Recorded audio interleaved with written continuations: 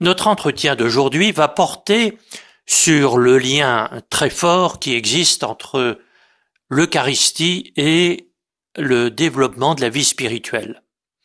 Et c'est un grand maître du XVIIe siècle que je vais demander un peu de lumière, Charles de Condren. Avec Charles de Condren, né en 1588, c'est-à-dire à la fin des guerres de religion, nous sommes dans les milieux de ceux qui sont en train de construire la France moderne, aussi bien sur le plan religieux que sur le plan civil et politique.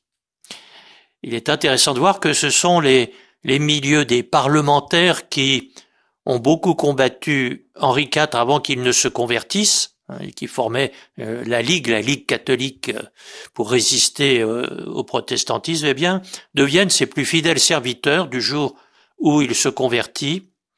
Et des noms comme Marillac, des noms comme Bérulle, comme Gautier, tout ça, ce sont des grands catholiques ralliés à Henri IV et qui vont construire, oui, l'État français.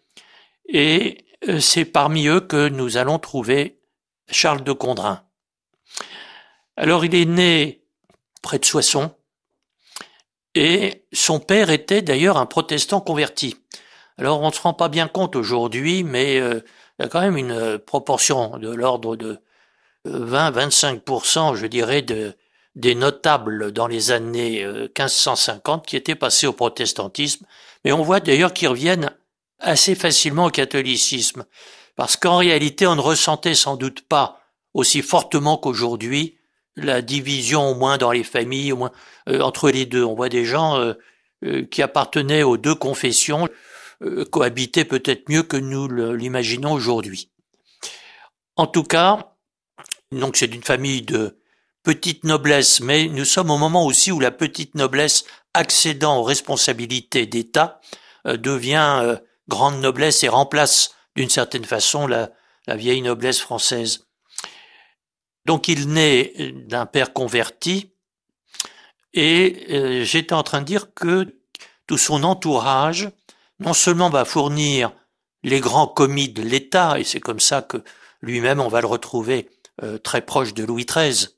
Il sera même confesseur du frère de Louis XIII et Gaston, et il va rendre possible la réconciliation entre le roi et son frère d'ailleurs. Bon. En tout cas, donc, c'est toute cette nouvelle élite française qui, à la fois, a de grandes préoccupations spirituelles. Beaucoup, au témoignage, par exemple, de saint François de Sales, un peu plus tôt, se mettent à l'oraison pour avoir lu les œuvres de Thérèse d'Avila.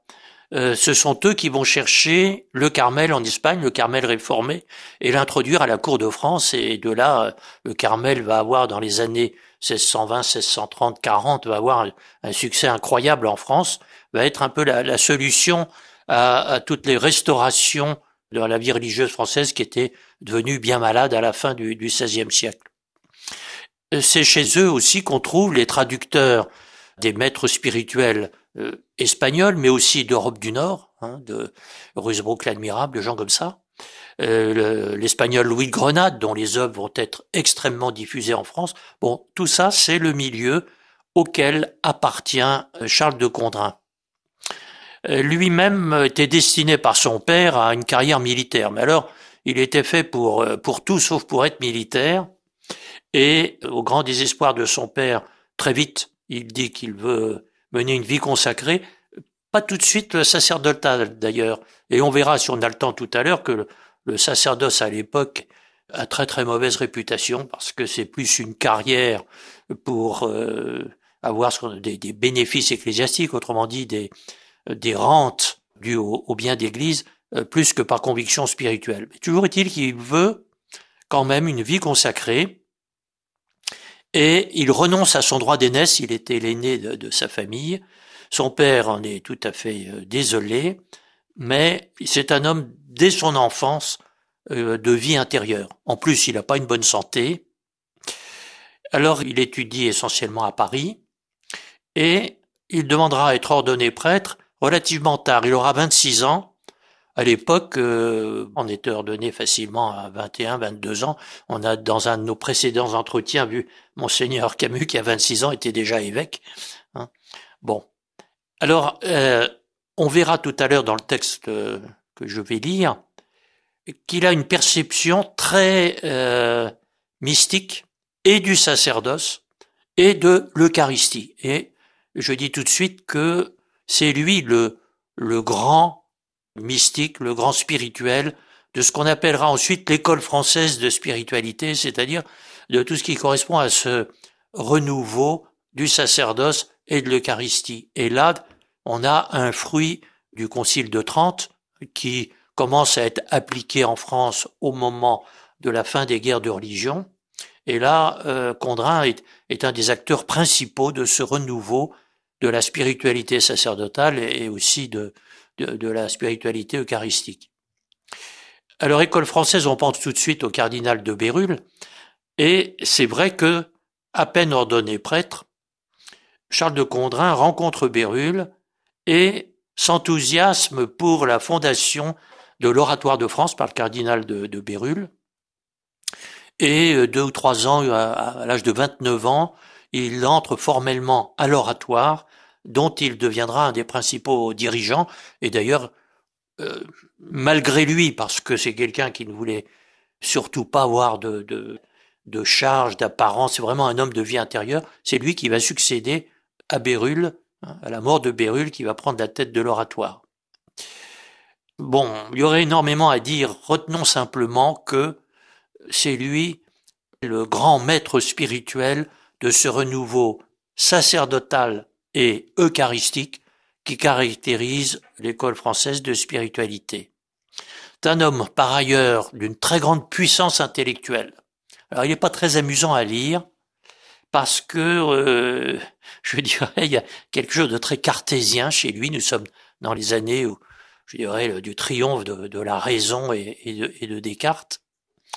Et on verra tout de suite dans son vocabulaire une rigueur, j'allais dire une raideur, qui peut un tout petit peu nous faire peur. Bon.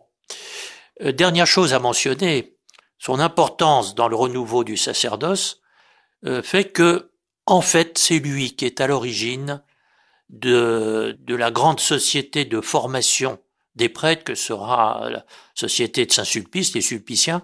Alors bien sûr, c'est le curé de la paroisse Saint-Sulpice, Jean-Jacques Ollier, qui formellement en aura l'initiative et la réalisation, mais Jean-Jacques Ollier est un disciple de Condrin. Voilà. Alors, il est intéressant aussi de remarquer qu'il va pas vivre très longtemps. Il n'a pas une très bonne santé. Il va mourir à 59 ans. Alors aujourd'hui, on dit c'est la jeunesse, n'est-ce pas? Mais à l'époque, on était déjà d'un âge bien mûr. Mais la fin de Condrin, c'est aussi la fin de cette époque, je dirais, de la reconquête triomphante de la France, fille aînée de l'Église. Et après, on verra moins ces très grands mystiques qui étaient au début du siècle, François de Sales, un peu plus tard, un Charles de Condrin. Bon, c'est vraiment, lui couvre la période la plus brillante de la reconquête catholique de la France. Alors, qu'est-ce qui nous reste de lui? Ben, non seulement il voulait pas de charge, mais il voulait pas écrire. Il disait que il était pas fait pour ça. Et on a simplement rassemblé, après sa mort, ses disciples ont rassemblé en disant on lui doit tout. Hein. Franchement, quand on lit Bérulle ensuite, qui était pourtant... bon, c'est lui un peu qui a ouvert le chemin quand même au père de Condrin, mais quand on lit Bérulle, on est déçu. Après avoir lu Charles de Condrin, on se dit le grand maître spirituel, c'est Condrin. Alors, de même, Jean-Jacques Ollier dira je dois tout au père de Condrin. Alors, ce sont eux qui ont rassemblé quelques écrits souvent liés à l'administration et la communauté supérieure de l'Oratoire de France, bon, des écrits de ce genre-là, qu'on a réunis, qu'ils ont réunis dans l'idée du sacerdoce et du sacrifice de Jésus-Christ. Bon, alors vous trouvez ça édité au début du XXe siècle, dans des conditions d'édition qui sont pas forcément excellentes, et puis pratiquement, il y a une centaine de lettres, un peu plus d'une centaine de lettres, et le tout fait 600 pages. Ce qui va nous intéresser maintenant chez Charles de Condren, c'est ce qu'il nous dit de l'Eucharistie. Et si on a le temps, on prendra un texte complémentaire sur le sacerdoce. Mais au-delà de la personne de Charles de Condren, faut bien voir que le Concile de Trente et je dirais toutes les grandes restaurations catholiques se font autour de la messe, autour de l'Eucharistie. On trouve ça dans l'architecture. Quand vous voyez les églises construites à partir de 1580, vous voyez que tout est pensé pour que on voit l'Eucharistie, la célébration, que la prédication se fasse bien entendre, enfin une participation à l'Eucharistie et une prise de conscience aussi que l'Eucharistie, c'est Jésus en personne qui vient, présence réelle. C'est le moment où les processions eucharistiques et surtout l'adoration de l'Eucharistie exposée prend des proportions absolument colossales. Et on pense en quelque sorte même l'architecture religieuse pour l'adoration eucharistique. Alors c'est d'autant plus curieux que la masse du peuple chrétien communie très peu à ce moment-là. Et le texte que je vais prendre maintenant parle justement des dispositions pour communier. Et vous allez voir que Charles de Condren, et on trouverait quelque chose d'analogue une génération avant chez François de Sales, se plaint de ce qu'on trouve tous les prétextes à son époque pour ne pas communier. Alors attention, il dit pas communier n'importe comment. Il dit pas tout le monde est capable de recevoir l'Eucharistie. Il y avait moins de situations incompatibles qu'aujourd'hui, mais enfin, je dirais sa question c'est pas ça, c'est je dirais une perception presque matérielle de la présence de Jésus dans l'Eucharistie et qui fait que tu dois te nourrir de Jésus et Jésus doit se nourrir de toi. Tout le mystère de l'Église et tout le mystère chrétien étant que nous sommes le corps du Christ. Alors derrière ça, il y a aussi tout un développement de ce qu'on trouve déjà chez saint Paul, mais qui est d'une perception de l'Église comme Jésus continué et j'allais dire, c'est faux théologiquement, mais physiquement continué. En tout cas, cette perception très forte du lien qui existe entre la célébration de l'Eucharistie et le fait de l'Église. Voilà. Alors, je vais prendre une lettre de Charles de Condren, une date et un destinataire inconnu. Alors, quelle date? Moi, je dirais volontiers 1640, mais j'en sais rien. Et je vous ai dit que l'édition des écrits de Charles de Condren, de toute façon, c'est pas dans des conditions extraordinaires. Alors, voilà. Nous allons lire ce très beau texte sur pourquoi et comment bien recevoir l'Eucharistie au cours de la messe.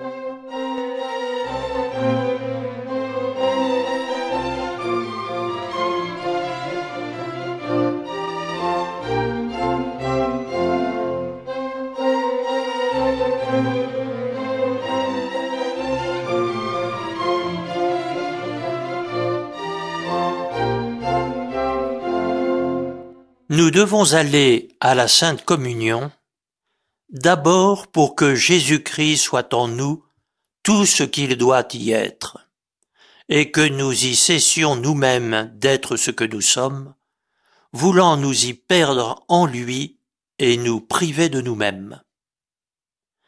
Les dons et les grâces mêmes qu'il a plu à notre Seigneur de nous faire doivent nous porter à communier, afin que nous ne nous les appropriions pas et que nous n'en fassions pas l'usage que notre amour-propre voudrait en faire, mais afin que lui-même en prenne le domaine absolu et qu'il les emploie, ces grâces, selon son bon plaisir.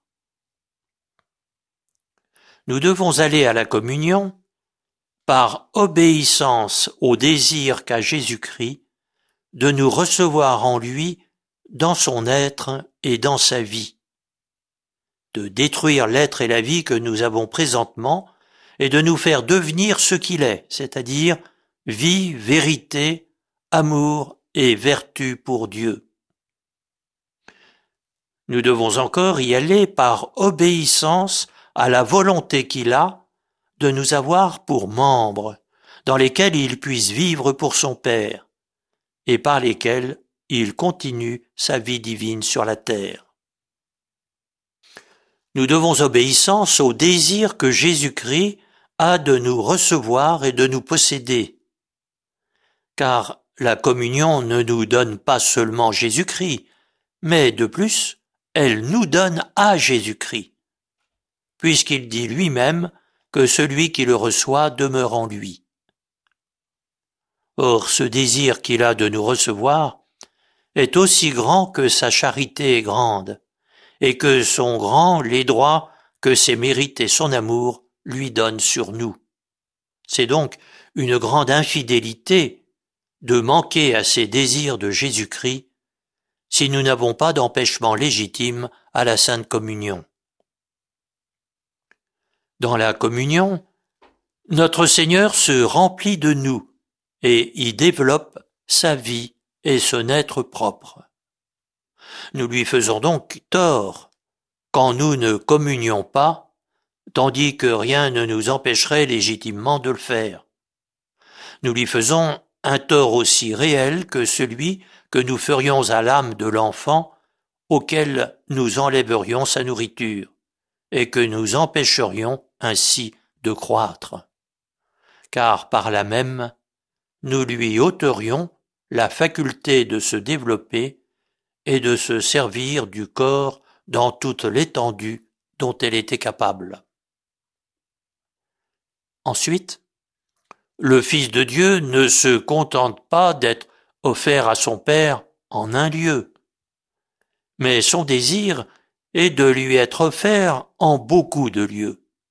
Et bien que le sacrifice qu'il lui fait de lui-même en différents endroits soit le même et ne change pas, néanmoins, par cette étendue qu'il donne à ce sacrifice et par cette répétition qu'il en fait, il ne laisse pas de l'honorer proportionnellement. Or, l'âme qu'il a reçue par la communion est vraiment un autel qui contient Jésus-Christ et qu'il l'offre à Dieu continuellement, non seulement d'intention et de désir, comme on peut le faire sans le recevoir sacramentellement, mais réellement et en vérité en elle-même. Eh bien, il est plus agréable à Jésus-Christ et plus glorieux à Dieu d'être offert ainsi en toutes les âmes que sur tous les autels du monde. Eh bien, reprenons d'à peu près ce texte dont vous aurez certainement, rien qu'à l'entendre, deviné qu'il a une richesse formidable. D'abord, le père de Condrin, et à travers lui, toute l'école française, voit toute chose avec les yeux de Jésus-Christ, et de Jésus-Christ s'offrant à son Père, bien avant le mystère de l'incarnation, qui n'en sera qu'une conséquence, il est fils jusqu'au bout, donc disponible pour son Père. Le Père donne tout, le Fils reçoit tout, et je dirais la catégorie fondamentale de la perception spirituelle du père de Condrin, c'est celle de sacrifice, au sens où Isaac est sacrifié par Abraham.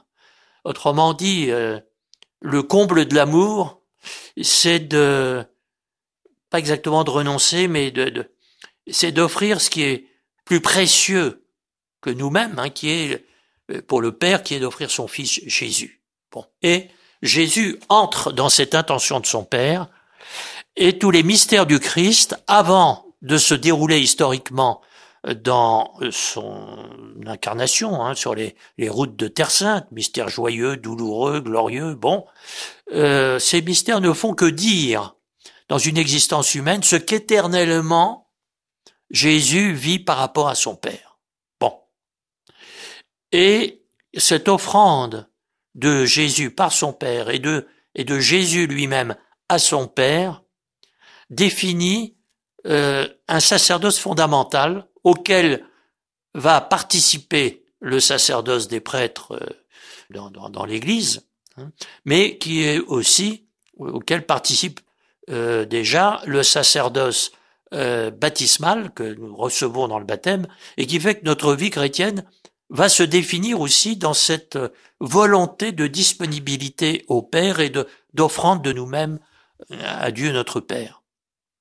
Et si nous sommes invités à vivre humainement cela maintenant, c'est parce que la volonté éternelle de Dieu s'exprime justement dans un sacrifice qui va tellement loin qu'il va se consommer dans ce qui n'était rien, dans ce néant qui, par l'acte créateur de Dieu et par aussi l'acte rédempteur de Dieu, le Père et le Fils, fait que nous devons penser notre propre relation à Dieu dans cette expansion du mystère du Christ, qui est l'expansion de son amour du Père et de l'amour du Père pour son Fils. Bon. Alors, à écouter ce texte aussi, vous avez peut-être remarqué ce à quoi je vous invitais tout à l'heure, quelque chose de très cartésien, quelque chose de très carré, quelque chose de pas très amusant, mais intellectuellement très très serré, très rigoureux, une sorte de démonstration. Puisque Jésus vit cela, alors il faut que nous soyons comme détruits dans notre humanité, etc. Avec des mots qui peuvent nous faire peur. Parce qu'aujourd'hui, on n'est pas très habitué à entendre les mots de renoncer à, détruire, il faut mourir, etc. Bon, c'est en ce sens, je disais que Condrin, si on le prend en dehors de son contexte et de sa rigueur toute cartésienne, il peut faire un peu peur. En réalité, lui n'était pas du tout comme ça dans son comportement et comme tous les grands saints, les témoins de sa vie disent mais c'était un homme délicieux et qui était très doux même dans son comportement quotidien. Bon, mais là, il n'y a aucune concession au sentiment, il y a la rigueur d'aller jusqu'au bout du mystère du Christ. Et puis on est dans le grand siècle, hein. C'est pas encore Louis XIV, mais déjà Louis XIII, c'est le droit, c'est la force du roi, c'est le pouvoir absolu qui remplace celui des pouvoirs périphériques. Je disais tout à l'heure, il y a une nouvelle noblesse qui est celle des administrateurs de la France qui remplace l'ancienne noblesse, celle des chevaliers, où tout était négociable. Là, nous sommes vraiment dans une façon de penser extrêmement rigoureuse.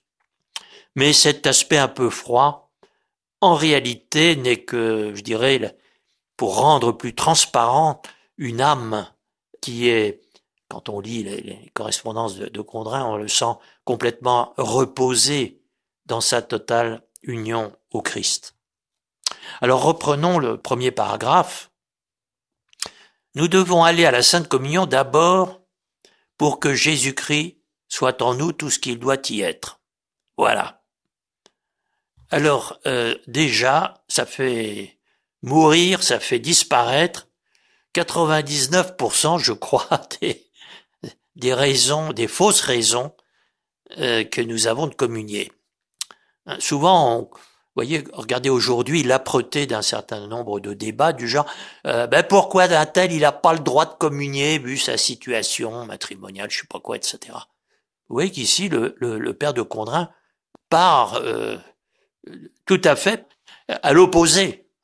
La question n'est pas est-ce que moi je dois communier, mais ne privez pas Jésus de ce qu'il veut en vous demandant de communier.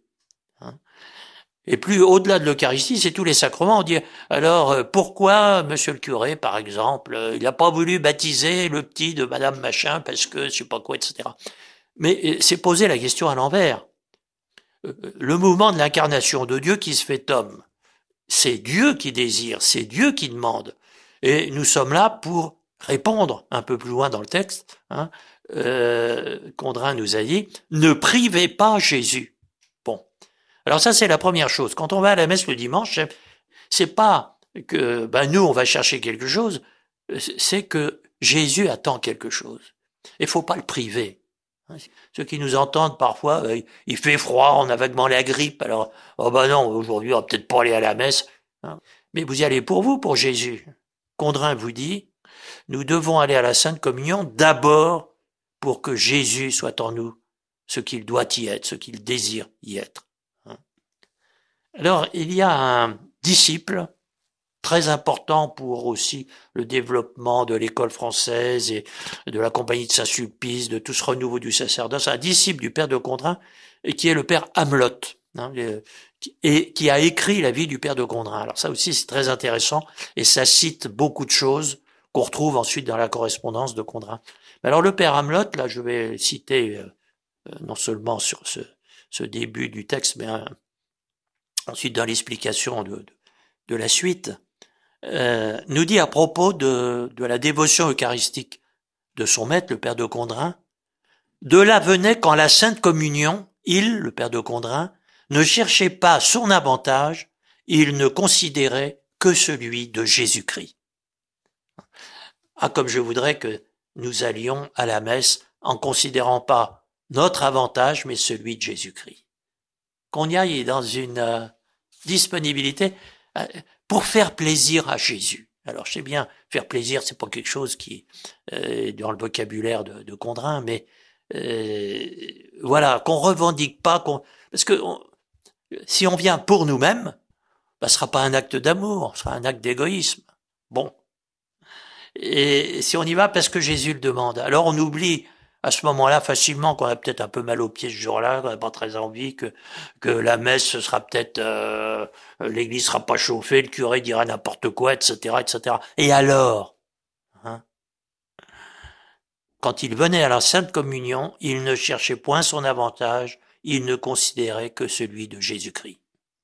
Et alors on comprend dans ce que je viens de dire aussi, Condrin nous parle que nous cessions, nous, d'être ce que nous sommes, que nous nous perdions en Jésus, que nous soyons privés de nous-mêmes. Alors ces mots, je le redis, peuvent aujourd'hui nous sembler un peu durs. Bon, on est assez malin, je pense, pour un petit peu les comprendre au sens large. Mais il s'agit Jésus veut être en nous. Et en ce sens, nous, on va disparaître. On va devenir Jésus. C'est une bonne nouvelle que je sache. Alors, on sera privé de nous-mêmes, mais ça aussi, c'est une bonne nouvelle. Parce que ça va être beaucoup mieux.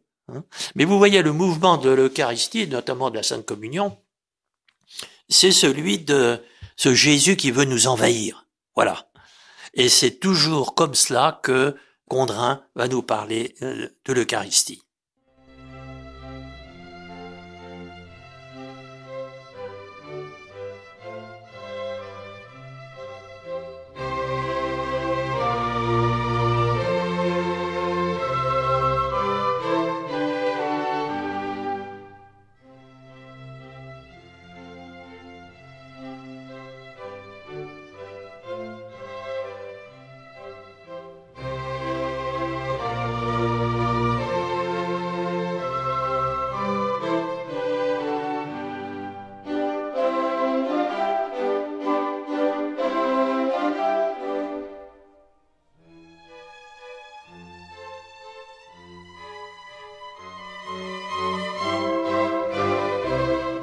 Continuons notre texte.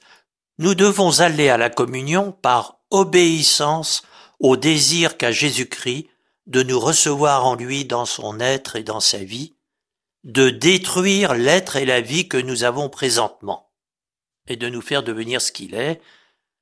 Nous devons encore y aller par obéissance à la volonté qu'il a de nous avoir pour membres, de telle sorte qu'il puisse vivre en nous pour son Père, etc.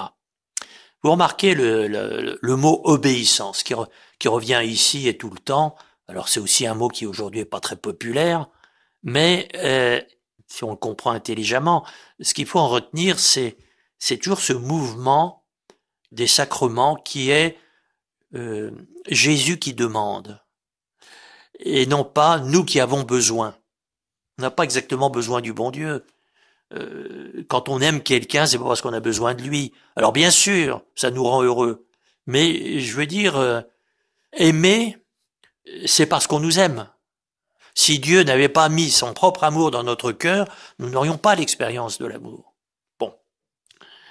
Alors, remarquons donc ce mouvement, et cela insiste encore sur le fait que notre vie sacramentelle, pas simplement d'ailleurs pour l'Eucharistie, même chose pour la pénitence, hein, est mesurée par le désir de Jésus et non pas par notre désir. Tous les jours où on se sent spirituellement sec, pas envie de prier, d'aller à la messe, de se confesser, que bon.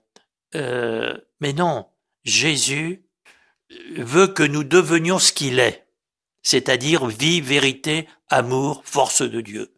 Autrement dit, tout ce qui est en nous est vivant, va vivre de la vie de Jésus et il veut nous faire vivre de cette vie. C'est ça qui fait que nous devons y aller, je le cite encore, par obéissance à la volonté qu'il a de nous avoir comme ses membres. Bon. Donc que nous devenions ce que Jésus est de toute éternité pour son Père. Il veut nous avoir pour membres. Et alors, déjà, j'indiquais tout à l'heure que derrière ça, il y a toute une compréhension de l'Église comme corps du Christ. Alors, ça s'enracine chez saint Paul. Je vais encore citer là le père Amelot dans la biographie qu'il nous donne du père de Condrin. Il cite ce qu'il a entendu de son maître. « Je reçois, disait-il, le Saint-Sacrement, donc la Sainte Communion, afin que Dieu règne en moi avec pleine puissance. Qu'il ne souffre en ma pensée que ses pures vérités, qu'il éclaire par sa lumière tous mes pas, qu'il enflamme mon cœur de son pur amour, qu'il fortifie ma main de sa puissance, etc. » Il y a toute une page, en fait. Et ça vient à la rencontre de ce que, dans cette lettre, le père de Condrin nous dit, que Jésus règne en moi, c'est-à-dire que tout ce qui en moi peut savoir, peut connaître, sache et connaisse avec la lumière du Christ. Tout ce qui peut aimer, que mon cœur aime avec l'amour du Christ. Que tout ce que je vais faire avec ma main, fortifie ma main, etc., que ça soit la force du Christ. Vous voyez, un petit peu avant, Saint Jean de la Croix parlait ici de union transformante. Ça me change pas, ça me dynamise d'une façon extraordinaire. Et désormais, c'est en régime de vie divine que je vis mon humanité. Voilà l'expansion du mystère du Christ, qui est toute la consistance de l'Église, corps du Christ, et qui est, je dirais, l'intuition fondamentale de l'école française de spiritualité. Alors oui, là, il y a toute une vision de l'Église, corps du Christ. Je vais encore citer le père Amelot. C'était donc sa première et sa principale intention que Dieu puisse vivre en lui et qu'il régnât par son esprit en lui comme il règne au ciel. Et il voulait que le Fils de Dieu vive aussi bien dans la tête et dans les membres du Christ. L'Église, c'est le Christ. C'est pas que nous sommes une dérivation du Christ, nous sommes membres du Christ. C'est la même vie. Bon. Et ici, il y a quelque chose que je vais peut-être pas développer parce que ça nous emmènerait un peu loin, mais que j'ai trouvé chez Amelot à propos de cette dévotion eucharistique du père de Condrin, qui précise quelque chose qu'on trouve pas beaucoup chez d'autres auteurs, mais qui me semble très riche pour notre propre compréhension de l'Eucharistie. C'est que nous sommes, dès que nous vivons quelque chose sous l'emprise de la grâce de Dieu, nous sommes fils de Dieu, fils du Père. Mais il dit dans l'Eucharistie, il y a quelque chose de plus. C'est que nous recevons Dieu en tant que fils. Et que ça va nous permettre de vivre la relation de Jésus à son Père, jusque dans, je dirais, dans notre humanité la plus physique, la plus concrète. Si bien que les mystères du Christ ne vont pas s'appliquer à notre existence, mais vont en nous trouver leur plénitude. Et c'est comme ça que Amelot va nous dire, je vais rapidement citer le texte, que quand nous communions, nous grandissons comme fils du Père, mais aussi nous développons une relation fraternelle, c'est pas assez, je dirais, une union au Christ, qu'il faut distinguer de l'union au Père. Et ça nous prépare à penser la communion des saints, comme la communion de tous ceux qui sont filii in filio, fils dans le fils. Et là, vous avez en germe choses qui sont très très développées chez les héritiers de l'école française du XVIIe siècle, et je pense particulièrement à l'ecclésiologie et à la théologie de l'Église du XIXe siècle et du XXe siècle. Chez des gens comme le père Mersch, un grand théologien belge durant la dernière guerre. Je cite donc le père Amelot. L'apôtre saint Paul nous enseigne que nous ne devons pas seulement être remplis de Dieu, mais que nous le devons être aussi de son Fils. Et saint Paul nous parle différemment de l'une et de l'autre de ces plénitudes. Comme il fait distinction entre la conduite de nos corps et de nos cœurs en la charité de Dieu et de notre conduite en la patience de Jésus-Christ. Autrement dit, ici, le Père de Condrin distingue entre ce qui est Dieu en tant qu'il donne, et voilà le Père. Et c'est la conduite de tout ce qui est vie de charité. Et puis, patience de Jésus-Christ, patience au sens de la passion de Jésus, et à ce moment-là, notre union devient union à Dieu le Fils. Vous voyez, activité du Père, passivité du Fils. Alors il continue. Quand saint Paul nous exhorte à une vertu souveraine et propre à la divinité, par exemple, à l'amour, à la miséricorde, à la sainteté, à la justice, saint Paul nous propose Dieu Père pour modèle. Mais quand il veut nous inciter aux vertus sujettes, autrement dit, où il n'y a rien à faire, et qui suppose de l'infirmité, ça c'est pas possible pour le Père. Par exemple, l'humilité, supporter les souffrances, la chasteté, l'obéissance, la pauvreté. Alors saint Paul nous met devant les yeux l'exemple de Jésus-Christ. Et le père de Condrin, continue Amelot, qui avait l'esprit très éclairé en ces matières, ne désirait pas seulement que Dieu régnât en lui, sous-entendu Dieu le Père, donc qui nous fasse agir avec charité, avec bonté, avec générosité, etc. Il désirait aussi le règne de Jésus-Christ. Et c'est tous les mystères douloureux, et la passion du Christ. C'était l'une de ses intentions en communiant que l'amour-propre, cessant de faire le souverain, devint parfaitement sujet. Autrement dit, ce qui est sous-entendu ici, c'est que notre place à nous, elle est d'être dans la Sainte Trinité, celle du Fils. Elle est finalement dans recevoir et non pas dans donner.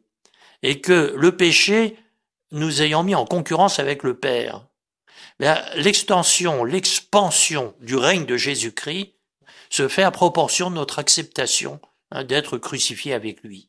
Alors ça, il le dit ailleurs, mais je voulais simplement ici préciser que dans la Sainte Communion, on ne reçoit pas la vie divine, je dirais, comme une force merveilleuse. On ne reçoit pas Dieu globalement, non. On vit le mystère de la Trinité. Simultanément, la Trinité est Père, Fils et Saint-Esprit. Alors là, il ne parle pas du Saint-Esprit, mais que, je dirais, c'est dans la distinction des personnes que nous expérimentons la vie divine. Et c'est comme ça que, dans la Sainte Communion, à la fois, on reçoit Dieu Père et on le reçoit comme Fils. Voilà. Alors, ça peut sembler un petit peu abstrait, mais retenons simplement cette volonté que nous met ici le père de Condrin il y a presque quelque chose de physique là dans ce qu'il nous dit, et dans d'autres passages, quand il parle de la présence de Jésus sous l'apparence du pain et du vin à la messe, on en est presque gêné parce qu'il y a presque une présence matérielle. Alors il est assez bon théologien pour savoir que non, c'est pas ça, mais comme s'il réagissait à un danger de distanciation entre le chrétien et l'Eucharistie lié à ce que je disais tout à l'heure de l'exubérance du culte eucharistique après le Concile de Trente, où à force d'adorer le Saint-Sacrement dans un ostensoir en or massif que le prêtre va poser en haut de 10 marches et avec 36 génuflexions, etc., hein, on risque d'oublier cette volonté de vivre en nous qui est la raison d'être de l'institution de l'Eucharistie par Jésus-Christ. Bon. Alors je comprends que ce que vient de nous dire Hamelot et à travers lui le père de Condrin peut être compris comme quelque chose voilà, le mot destruction par exemple. Pourquoi nous détruire? Il n'y avait qu'à nous créer du premier coup comme un autre Jésus, puis on n'en aurait pas parlé. Bon, alors je redis, il y a le vocabulaire de l'époque, mais il y a surtout cette idée que, créés à l'image de Dieu, nous avons ce destin, cette vocation à devenir autant fils de Dieu que Jésus lui-même. Et un mot comme destruction à ce moment-là n'est pas à comprendre comme je casse tout et je mets autre chose à la place, mais comme, je dirais, le fruit détruit la fleur. Alors, on dit comme ça, on dit, non, mais un arbre en fleur, c'est déjà très beau, mais un arbre en fruit apportait la fleur à ce pourquoi elle était faite. Et en ce sens, je vous dis, là, alors le mot, je peux pas l'éviter, il est chez le père de Condrin, mais lui-même le comprend comme un épanouissement, absolument pas comme une démolition. Et la vie chrétienne, c'est, chez les pères de l'Église, c'est souvent exprimé comme passage de l'image de Dieu à la ressemblance de Dieu. Mais la ressemblance ne détruit pas l'image, hein, elle la développe au sens, par exemple, où une pellicule photographique porte, mais secrètement, l'image, et dans le bain révélateur, elle passe à la ressemblance, alors là, on la voit. Bon, mais c'est comme ça que la vie chrétienne est un développement de notre création et non pas un remplacement.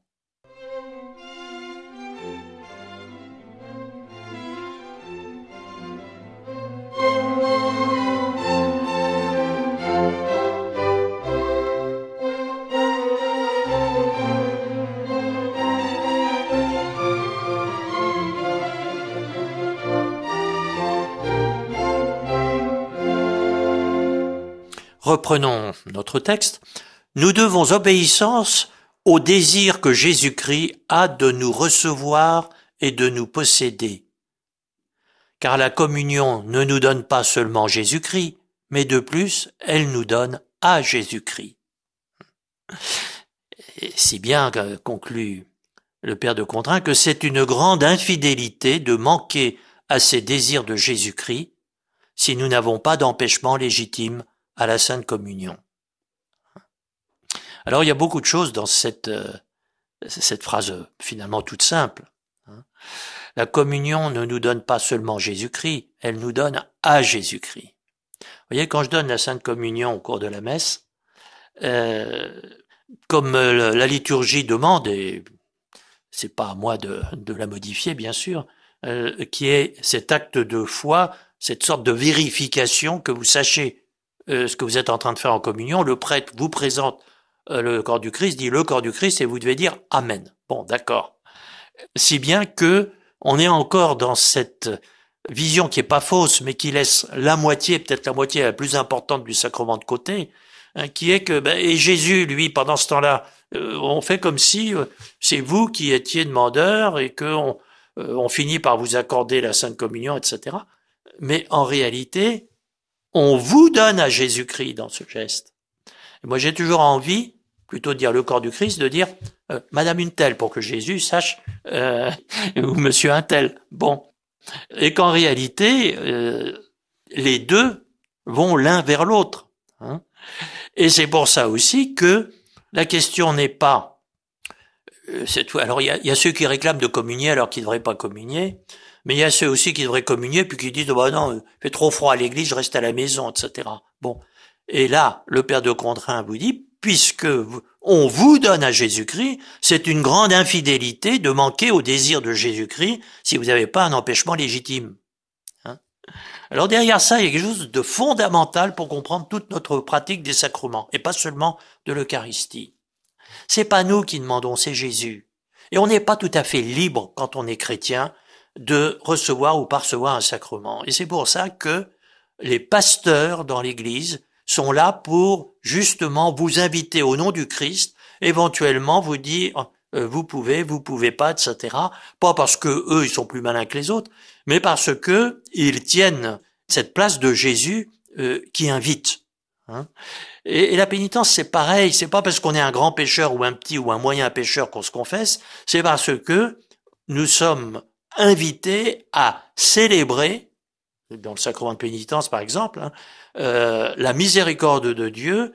Et ça nous appartient pas. Tant mieux si il s'agit pas de dire qu'on n'en a pas de les retombées positives, mais je dirais formellement, c'est pour répondre au désir du Christ de nous dire humainement son pardon qu'on reçoit le sacrement de pénitence. Très au-delà de ah ben comme ça, oui, c'est une bonne occasion de faire mon examen de conscience et puis d'essayer de grandir dans une fidélité plus. D'accord, mais je veux dire, il n'y a pas besoin du sacrement pour ça. En revanche, il y a quelque chose d'irremplaçable qui est que Jésus puisse s'emparer de votre humanité dans les sacrements. Et c'est une grande infidélité de l'en priver. Bon. Et là aussi, j'aimerais que dans notre propre pratique de la communion et des autres sacrements, on ait conscience d'un, je reprends le vocabulaire ici de Contin, le droit qu'a Jésus sur nous. Hein. Un droit d'amour, mais un droit quand même. Là aussi, le père Hamelot dit des communions du père de Contin, ces merveilles, disait-il, combien le Fils de Dieu désire nous recevoir en son union et nous changer tout en lui-même. Et il parle d'une véritable privation de Jésus quand l'Église nous invite à communier et qu'on ne le fait pas.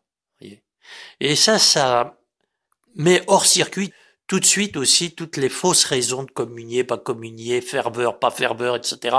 Mais j'en sais rien, c'est pas ça qui compte. Si Jésus te le demande, tu y vas, puis c'est tout. Hein, voilà. Mon père, c'est vrai qu'on n'a pas l'habitude d'entendre parler de la communion et des sacrements comme ça. Si Jésus veut s'emparer de moi, moi ça me fait peur. Est-ce qu'il veut s'emparer de moi comme le chat va s'emparer de la souris? Alors bien sûr, Jésus va pas s'emparer de vous pour vous faire du mal. Mais n'oublions pas qu'il n'y a jamais rien à craindre de Jésus. S'il s'empare de vous, c'est comme la maman qui serre sur son cœur son petit enfant. Et vous n'allez pas la priver, cette maman, en disant ah oui, mais quand même, faudrait faire attention, puis elle n'a peut-être pas très envie, etc. Bon, il y a quelque chose là et c'est ça que j'aime bien chez le père de Condrin, que vous n'auriez pas chez Bérulle, hein, qui est cette, je dirais, cette rage d'aimer que vous trouvez au Moyen Âge chez les béguines du Moyen Âge, hein, ou Revout que vous trouvez chez les mystiques flamands. L'amour, c'est toujours enragé, voilà. Et si la vie chrétienne, c'est si vraiment on a bien réfléchi, mais non, il y a une espèce il y a une sorte de conquête. Hein.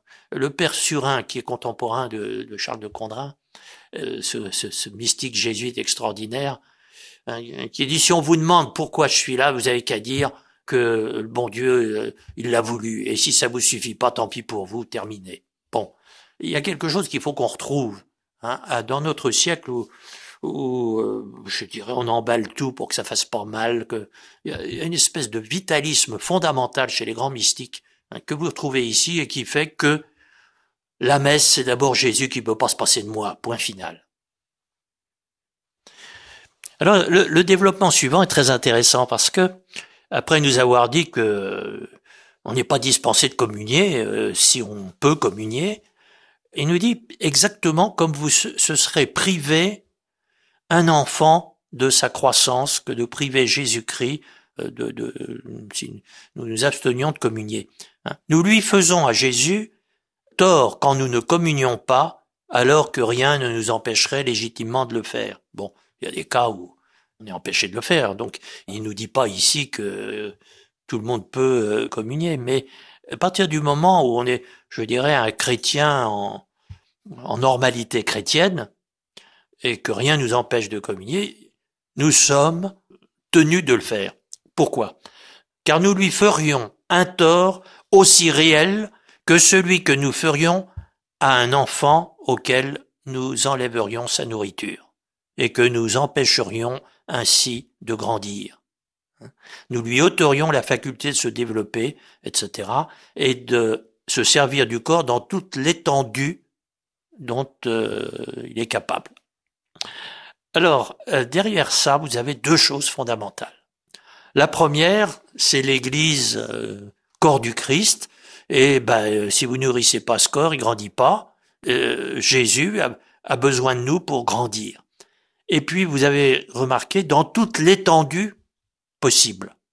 Bon, et ça porte secrètement une autre donnée fondamentale de l'Église du XVIIe siècle dans ces années conquérantes, les missions, et notamment les missions dans le monde entier.